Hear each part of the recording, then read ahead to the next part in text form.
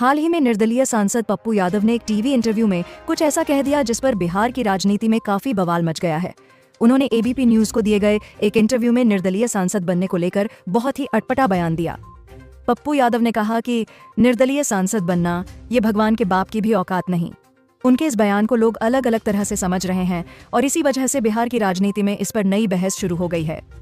असल में वह कहना यह चाह रहे थे कि किसी भी राजनीतिक दल के समर्थन के बिना अकेले अपने दम पर यानी निर्दलीय उम्मीदवार के तौर पर चुनाव जीतना और सांसद बनना बहुत बहुत मुश्किल काम है।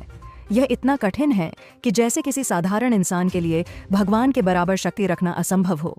वह शायद अपनी जीत की कठिनाई और अपने खुद के प्रयास की बड़ी उपलब्धि को समझाना चाहते थे, क्योंकि उन्हें किसी बड़ी पार्टी का साथ नहीं मिला था।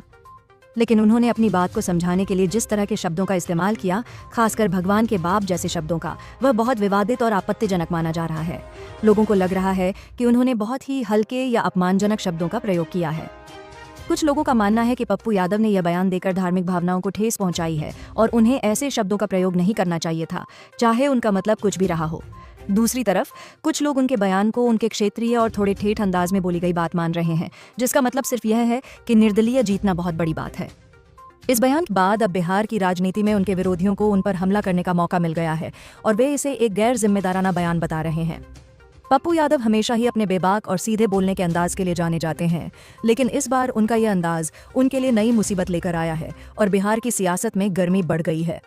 सभी लोग इस बात पर चर्चा कर रहे हैं कि क्या उनका मतलब सिर्फ निर्दलीय बनने की कठिनाई बताना था या यह सिर्फ ध्यान खींचने के लिए दिया गया एक विवादास्पद बयान है।